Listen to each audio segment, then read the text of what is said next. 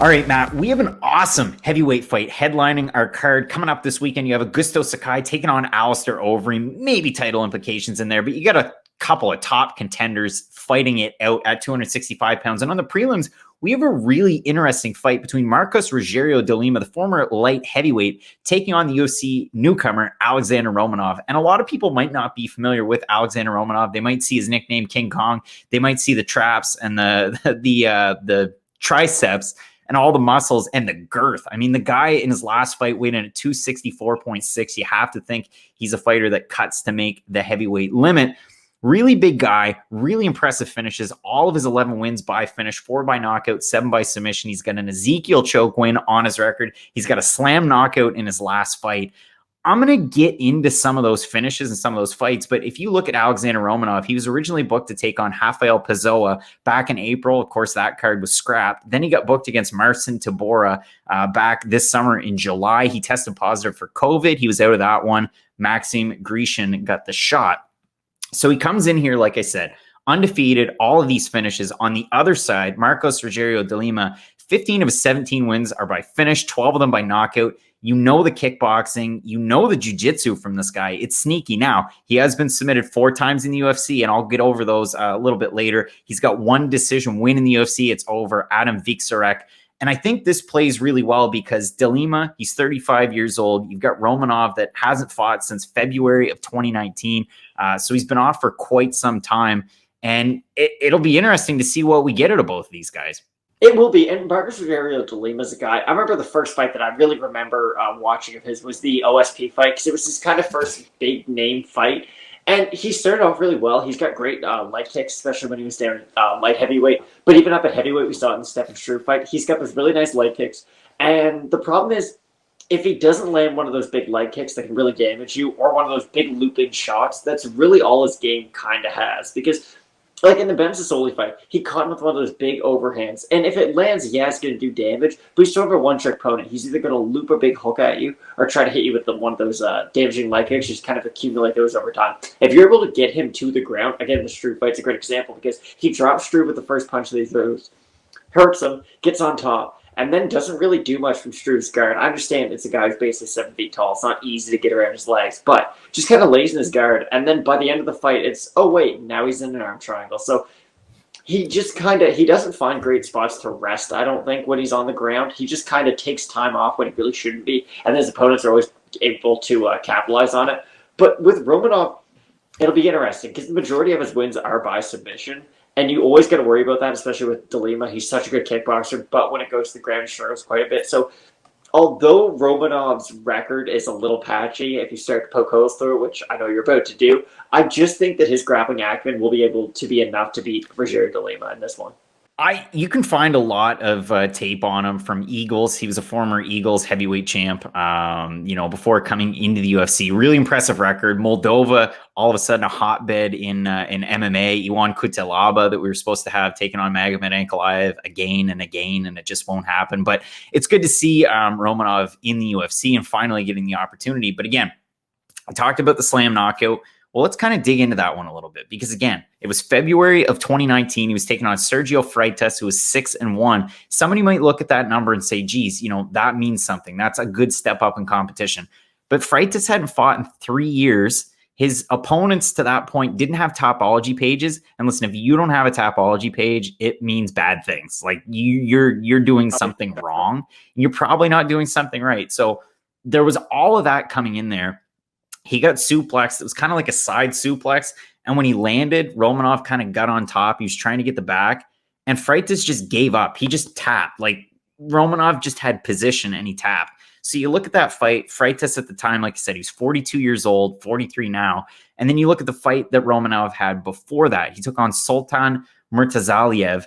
And he beat him in November of 2019. Murtazaliev, that was a 3rd in a 3-fight losing streak. He took on Sergey Pavlovich, then Vladimir Dainenko. And realistically, Murtazaliev hadn't won a fight since 2014. So I'm just poking holes and going through this. So then you look at a guy's record and what some people will do, and I'll do it every now and again, and I did it right here, is you pick a guy who, what are his wins and losses, or who are they against? Because if it's against majority debuting fighters and you have a super padded record, you really have to scratch your head. So you look at Romanov, and he's got a win over a guy that was 20-5 at the time, and Alexander Stolyarov. And you think, hey, well, that was probably really good competition. Well, then I looked into Stolyarov's record. So out of 25 total fights, 11 for Stolyarov were against debuting fighters, and 10 of them were against guys with less than 4 pro fights. And the 2 big losses on his record were to Jeff Munson and Zimon Bajor, who both of those guys fought top competition. And if you wanted to see 2 guys get for free, Jeff Munson, you know where to find him. Don King MMA Promotions. But overall, again, Romanov, I look at this whole body of record. What can I tell you? He fights like a Sambo fighter would fight. He goes in there with his hands normally pretty low. He throws good tie kicks. He tries to get in close, take you down. He expends a ton of energy doing it, but normally he pops back up pretty well in the second round. Again, we've barely seen him out of the first. I think I had mentioned earlier, he's only fought to the third round twice, so it's not often that you see that.